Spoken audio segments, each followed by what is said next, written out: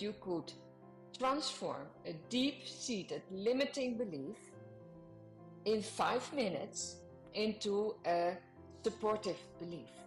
And here I've been working with a woman 6 times 90 minutes, and we did not succeed.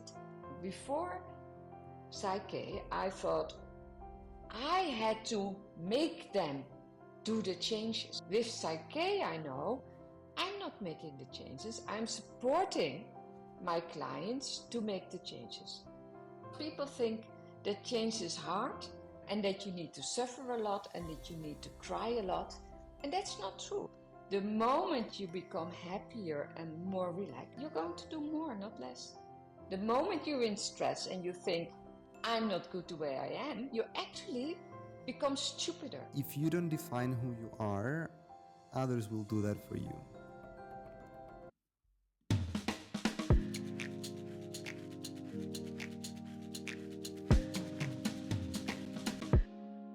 Welcome to The Inner Wonder.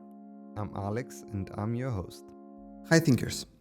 Today with us is Paula. Paula is a pioneer psychologist and an author. She is a Harvard alumna in social psychology and a Leiden alumni in clinical psychology. She is one of the 30 certified instructors of Psyche. Paula has continuously challenged the norms of psychology and is an expert in limiting beliefs, as is one of her books, Master Your Mind. However, this is just one side of Paula. Besides the many accomplishments in her CV, both academically and professionally, if we were to remove the CV for just a second, and I would ask you, who is Paula? What would you say? I'm a woman who wants to live her full potential. I want to use my time here on earth to have fun, to learn, and also to have it be meaningful. I want it to be meaningful for me, and I want it to be meaningful for others. So to live my full potential, in short. And it feels like your full potential is connected to other people and being there for their own growth? First of all, I'm there for myself. So I want to grow myself. And I discovered that one of the fastest way to grow is to help other people grow, because they are such a clear reflection of myself that I can immediately see my own flaws, and with the methods I can balance for that and change that. And I think that's a wonderful gift. So there is a two-way street between me and the others. And I think that's how it should be. There always should be a two-way street. And I think there always is, even if we're not realizing that there is. 100%. You've mentioned Psyche, and I know you are one of the instructors of it, and it's something you really believe in and stand for. Taking a step back, I would like to ask you, how did you find out about Psyche? How did you transition to Psyche? What made you decide that you wanted to follow Psyche? And then briefly, for all of us, what is Psyche? I was working as a psychologist in the Netherlands, and I had a client and she had a very clear question she wanted to be helped with. And she had a fear of being found out as an imposter. And she wanted to work on that. And we did for about 6 sessions, and we had wonderful sessions. And on the 6th session, there was again stress at work. And she said, I still feel like an imposter. And at that moment, I felt that I, as a psychologist, was an imposter. Because here there is a woman, she has a clear question on what she wants to be helped. And we did not succeed. I did not succeed to help her. So I failed. And I got into my own existential crisis, but maybe I should do something else. I should not be a psychologist. Better find another job for me. Because it's very discouraging if you really want to help another person and you are not succeeding. And in the evening, I had a telephone call with a Swedish girlfriend, and she said, Bruce Lipton says Psyche works. Now, I've read the book of Bruce Lipton, The Biology of Belief, and I thought that was a wonderful book. But I've never heard of Psyche, so I asked her, what's that Psyche? And she then said, I don't know. So till this day, I think it's extremely funny that she recommends me something which she doesn't know herself what it is. But I Googled Psyche, and there I found on a website something totally unbelievable. It was that you could transform a deep-seated limiting belief in 5 minutes into a supportive belief. And here I've been working with a woman 6 times 90 minutes, and we did not succeed to transform a deep-seated belief about her feeling like a failure. And then they say it could be done in 5 minutes. Of course, that's not true. That's bullshit. These claims by people who have not studied psychology, they don't have a scientific background, they make all these types of claims. But then I thought, well, but Bruce Lipton recommends this. And he is a scientist. He would not recommend just anything.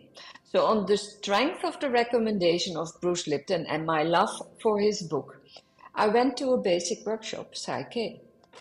And there I found out that we psychologists do not know how thought change work. We really believe we have to stir into the past, and then we have to relive all these old emotions and understand all the association and where all this misery is coming from and why we are the way we are. And then maybe we will have a catharsis and we will have a true change. Or the best we can do as a psychologist is help our client or teach our client coping behaviors. So what do you do when you feel a lot of aggression? Go running. That's good for you. And it's true. If you go running when you feel a lot of aggression, that works, but it doesn't transform you. It only works for that moment. It's coping. It's not transformation. And during this first day at the workshop, I noticed I was transforming. I wasn't just coping, I was transforming, and it was easy, truly easy. It was these 5 minutes to change my deep-seated limiting beliefs in supportive beliefs. So now I had proof for myself. I experienced that it was true. And this is very important because whatever you do, if it's just words, if other people have told you but you have not experienced it yourself, it's just words. Beautiful words maybe, but you need the personal experience of it to know that it is true. And after my first basic workshop, I had this proof for myself that it is true. And then with my temperament, I got completely addicted and I wanted to know everything about it. I wanted to use it for myself, and I also wanted to use it with my clients because now it will become easy to become changed. And that was true.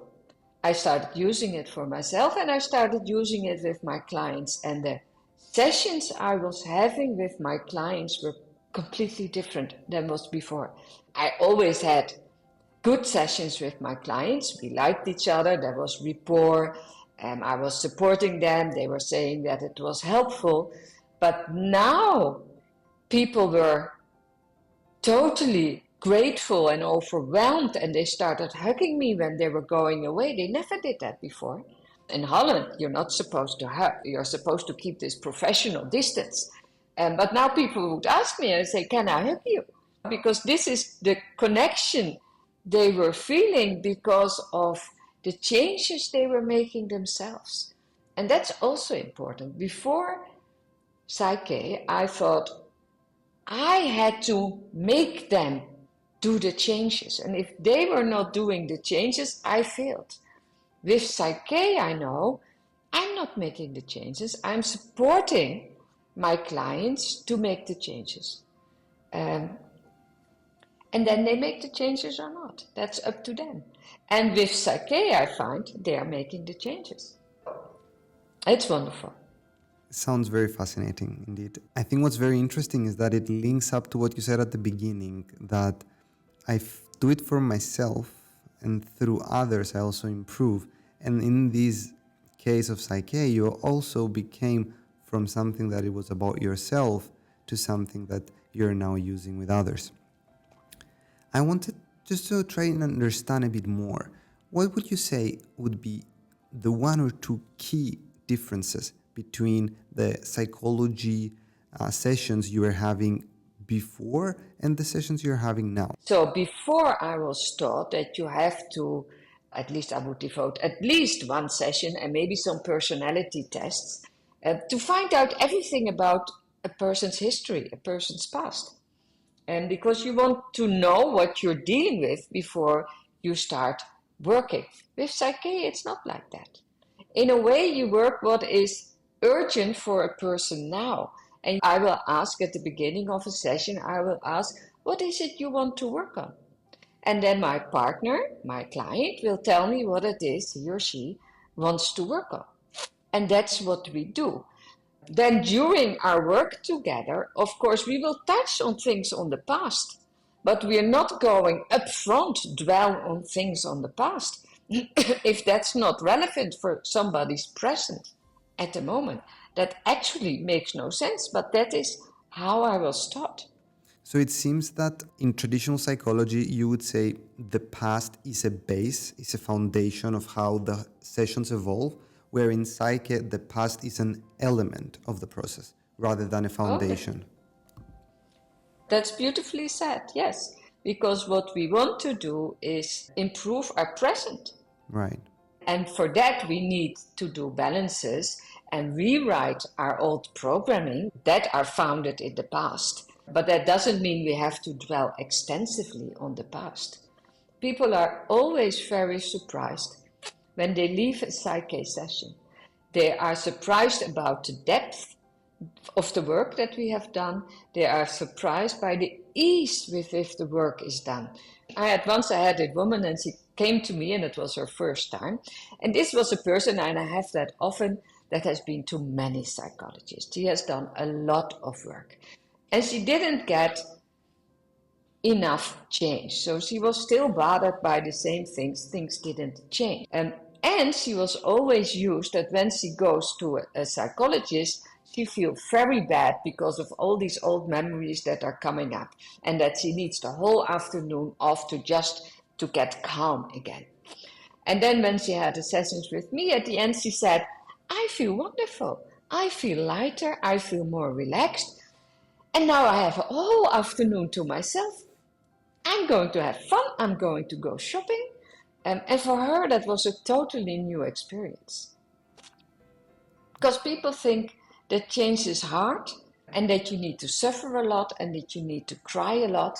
And that's not true. It's not like there is no crying. There can be, but we will transform that quite easily. I see. It's not something you're going to be stuck in. No, this is the matter that you want to transform.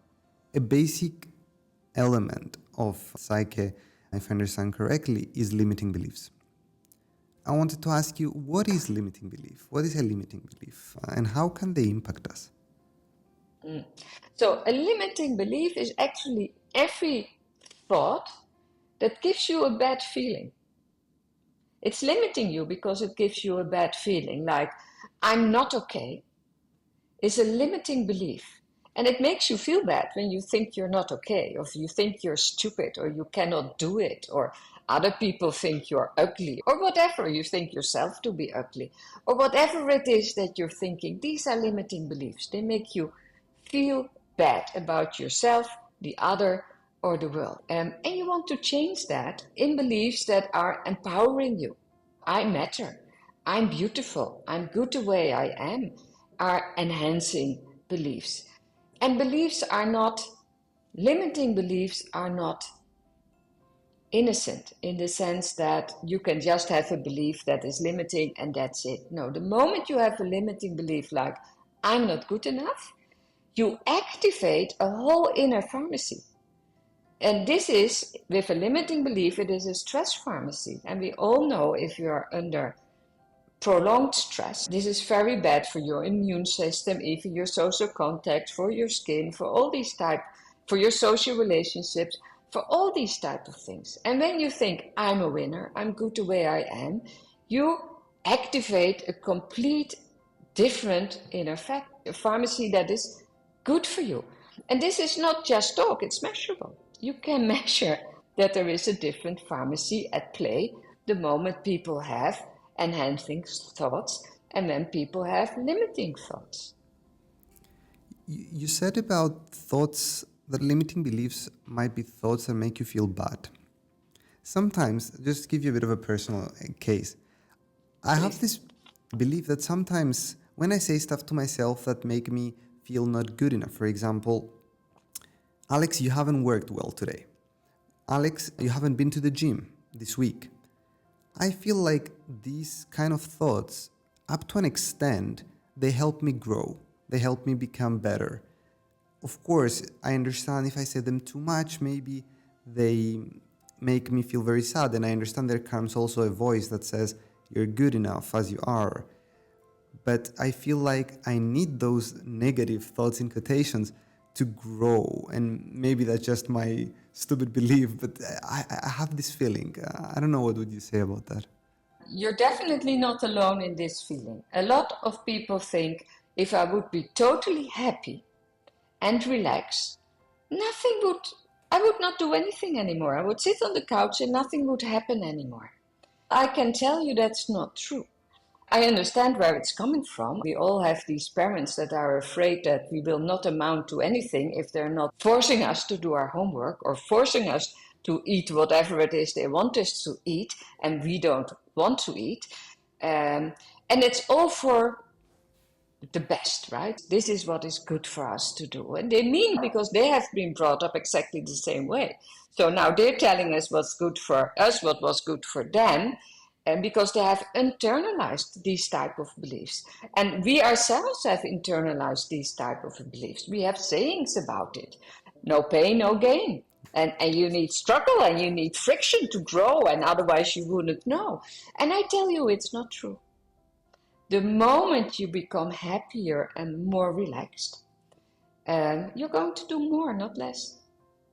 You're going to achieve more, not less. In Psyche, what you do, with every balance that you do, we call the exercises we do to transform a limiting belief, we call them balances. With every balance you do, you become more whole-brained. And that means that the qualities of your left hemisphere and the qualities of your right hemisphere become more available to you. And that means that you become smarter. The moment you're in stress and you think, I'm not good the way I am, you actually become stupider. And you can also read that in the book of Bruce Lipton, because he shows the moment a cell goes into stress, it cannot learn.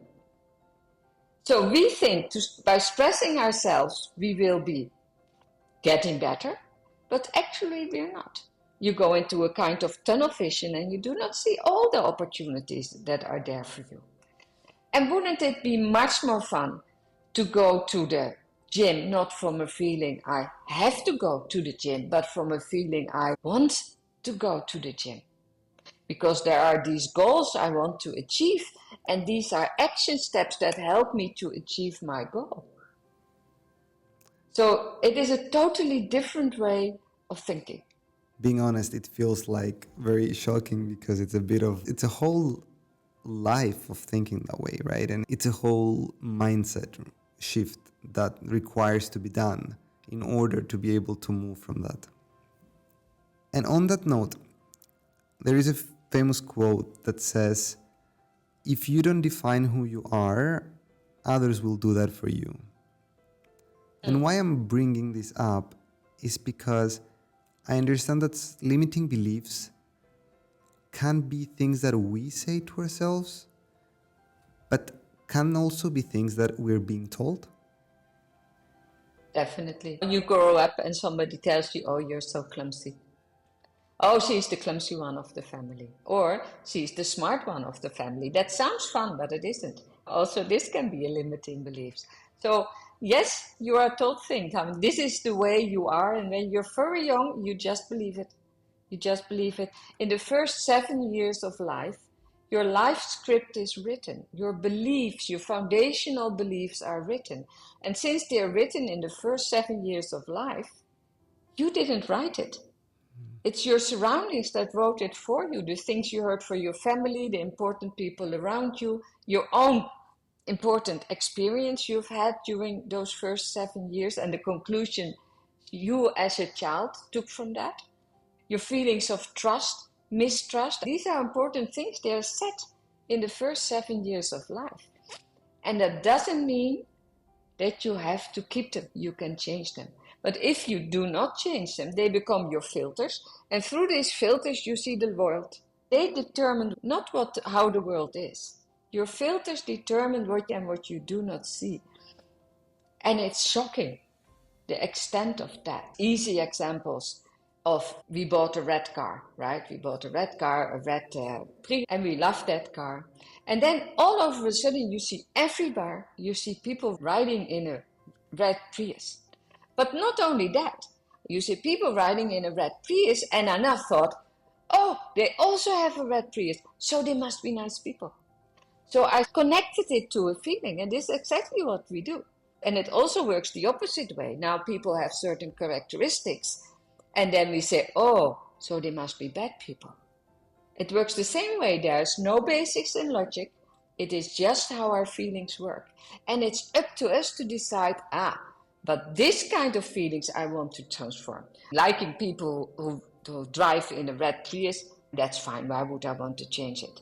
But labeling people and judging people on certain characteristics, I think the world gets to be a better place when we change those thoughts so everybody can be themselves instead of a category that we have labeled negatively.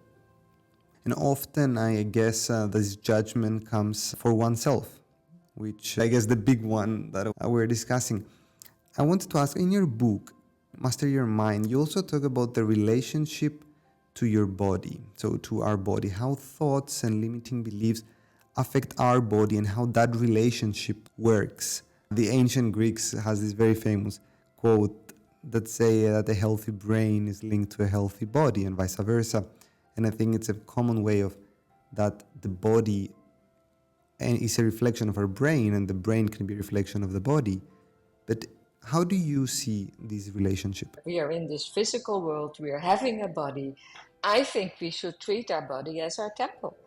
This is what the vehicle we have to experience life.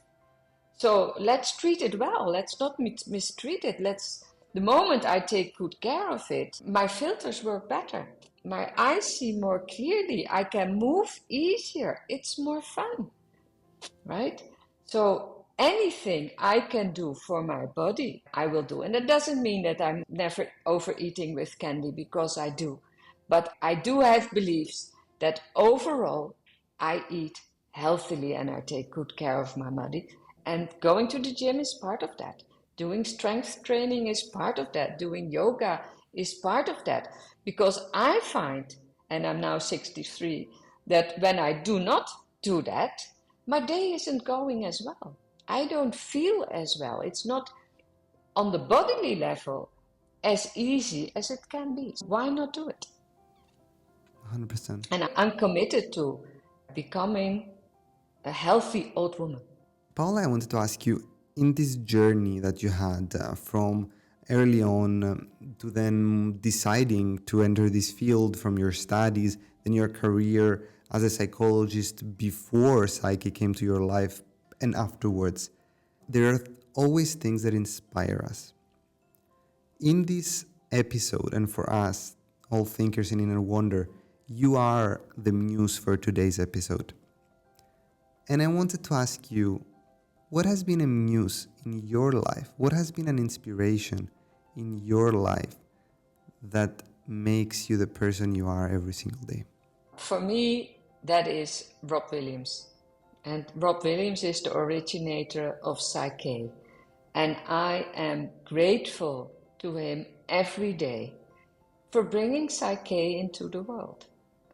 And by protecting Psyche, the integrity of Psyche, because he really has dedicated his life to teaching psyche as it was given to him. He could have changed it. Many people have done that. They receive something and then they change it. And that's not what Rob Williams did. He dedicated his life to preserve the integrity of psyche. And he didn't always make friends by doing that.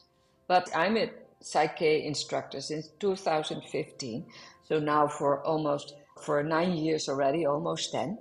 And I see these enormous differences in the field. I myself have already, I think, trained about 1,500 facilitators in the Netherlands. And what I see is that change becomes easier and easier than it was 9 years ago. And that's because we are all doing the psyche process in the same way. And that's the reason also why we teach it in a 3-day workshop. Why we do not say, oh, read this book and then you can do it. Because we know it's not true. It's a simple process, yes, but you need to train and make it your own. Automate it and truly understand it. Understand that it's a process. As you mentioned, it's a clean process followed by everyone. But then you mentioned that people make it their own, right? So I wanted to understand what's the distinct of personality? How personality of each person play a role in the psyche methodology? Does it differ how people treat it and how people take it in for themselves and utilize it? Of course, that every person brings their own personal history and their beliefs. You can see it as a simple computer code. Mm-hmm. If you use the computer code as it is written, it will work for you. If you're going to do something else with this computer code, it will not work. And then people are disappointed. And what you put in the computer code, so what is the limiting beliefs and what's the supportive belief you want to transform it to, that's totally up to the person. So what you want to work on, that's up to you. But these are the steps. So this is a simple steps program. These are the steps and these you're going to use. And of course, I have people in my workshops that say, I hate steps that are prescribed for me. And then I say, yes. So maybe you can do a belief statement around that. Something like, I love supportive steps to follow simple rules. And that may be cute when you're 2, but it isn't when you're 40 and disturbing a meeting, right? Then it's not cute anymore. And people cannot help themselves. They will just do it because they have these limiting beliefs about authority, about rules, about steps that become active in their subconscious mind and they start acting out. Before Psyche, I would fight with people about their rules because I wanted them to change their rules. Nowadays, I don't fight with people about their rules anymore, but I decide for myself if I want to follow them, follow it or not. So it's a much more quiet process. So I'm also easier for people to get along with because I don't fight them anymore. I don't need to. I know what it is, where I stand and where I want to be. And if they show me a mirror in which I can see there's something I need to change, I will do that. Once again, I hear the idea of you continue to grow and learn from this journey, and I think that's impressive, and I think this is super nice. So Paula, now I think comes a point which is a bit scary for me, but you promised me a little exercise which I don't really know what that exercise is that we wanted to do, just a quick one. I'm very curious to see what's in place. All right. So it is an exercise about secondary gains. And we're not going to do the transformation process, but we can do the discovery process of the secondary gains. So let me first explain the concept secondary gains. So secondary gains is a very important concept in psychology because people are, for example, they're ill and they're saying, I really want to change and I want to become healthy. But secretly, and they believe that on the conscious level, but on the subconscious level, they have a program that says, yes, but if I become healthy, then I will lose attention. And what I want more than becoming healthy is attention. So now we need to find out if there is a secondary gain for a certain situation or condition. And these are usually the very persistent problems we have in life. That means there is a kind of secondary gain to it that make us resistant to change. So this is the exercise I would like to do with you, if you still want to do it. Of course. All right. So is there an area in your life that you say, oh, that's really persistent to change, that you're willing to share on video? So that's an area that I am willing to change, but I'm not succeeding. Yeah, you want to change, but you're not succeeding in changing. So there's something sabotaging you. And this one is for finding the saboteurs, this exercise, to find the saboteurs in your subconscious. I would say social drinking. I feel like there's no real benefit to my health. It's probably harm. And although I don't drink alone, whenever I'm in social occasions, I feel like I just have to drink. When I'm alone, I don't. But then I'm like, no, but I'm with my friends. I need to drink. I need to get a beer. I need to get something with them. So I think that would be one example.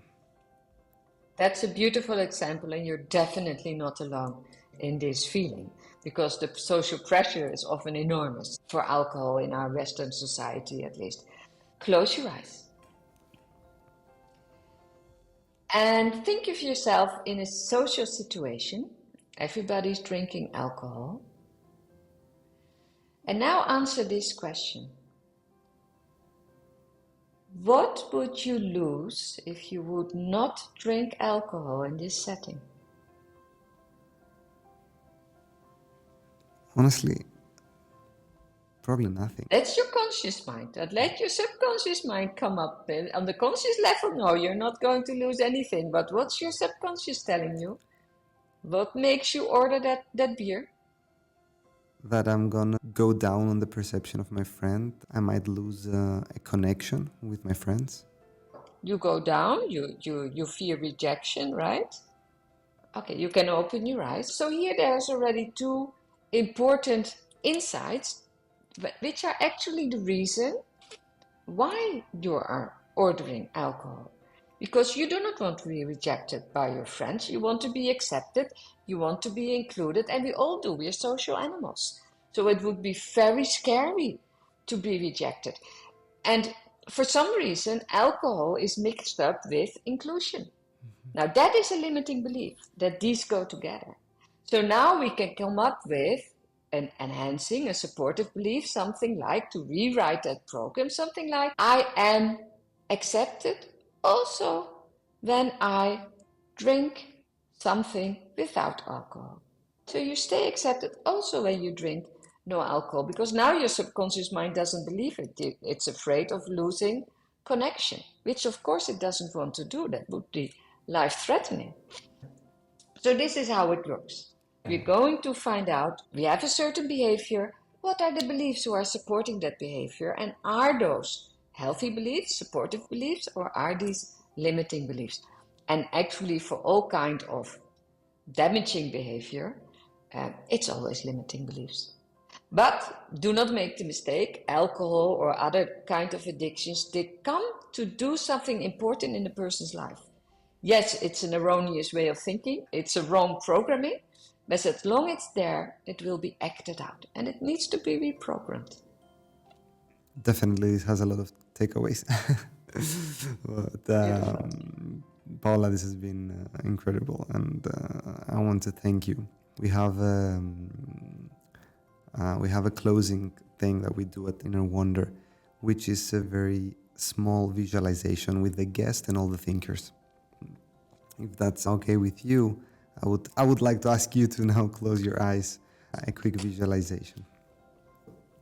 Get comfortable, settle into your own space. Feel completely at ease. As you relax, you begin to feel a lightness in your body, and slowly you start to rise. Around you, the sound of gentle, flowing water creates a soothing melody, harmonizing with the songs of birds that fill the air. The landscape is vibrant, and with every shade of green that you can imagine. But then all those birds that were around you start to surround you, and with those birds, more animals come and surround you. Soon, you realize that those animals are representation of different types of limiting beliefs of many of your patients or even yourself over the years. I'm not clever enough. I do not have enough time. I'm not worthy of love. I'm too old for this. I don't have the energy. And so many more animals approach you. They surround you and sit. Their faces are confused, curious, and angry. They feel they've been mistreated. They are not sure what created them, and the animals themselves are sorry for the harm they have done. And so they just feel confused. They look into you for support and guidance. You may open your eyes. And based on this, I would like to ask you, how did that make you feel? And what would you say to those animals? I would say, welcome. I embrace you all. That doesn't mean I'm not going to transform you, but I do embrace you all.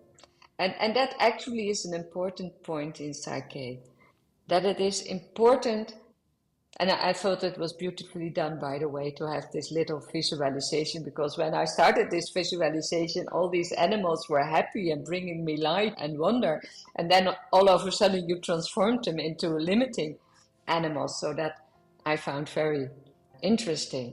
And in Psyche, we do not ignore our bad feelings. We do not ignore the animals that are coming to us with the faces of confusion and anger and shame and guilt and all these type of things. No, it's all around, allowed to be there, because you can only transform when you acknowledge that it's there. If you pretend it isn't there, you put all your energy in, put it and get away. That doesn't work. What we do is we embrace it, and then we choose to transform it. And that's a completely different movement. So yes, embrace it. Paula, we discussed about so many interesting things, and definitely you as a person, super, super interesting, but as well as a Psyche project. So how can someone learn more, or where can they find your book, The Master Your Mind? Okay, they can find me through my website, and there you can find a free ebook about what is Psyche, and you can also find the book I wrote, Master Your Mind and Make Your Dreams Come True with Psyche, if you want to have more information. There are a lot of information about the Psyche basic workshops. There are a lot of testimonials. There is a lot of information if you're interested. And we are giving these workshops in various countries. We do a workshop in Vienna, we give in Stockholm, in Copenhagen, Amsterdam. There are different places in the world where we give this workshop in English, so they can come and follow it. And of course, in the Netherlands, I also give a lot of workshops in Dutch. Beautiful. Thank you so much, Paula. Thank you very much, Alex, for having me. I hope you enjoyed this episode. If you did, please consider subscribing to my channels and share my work on your social media.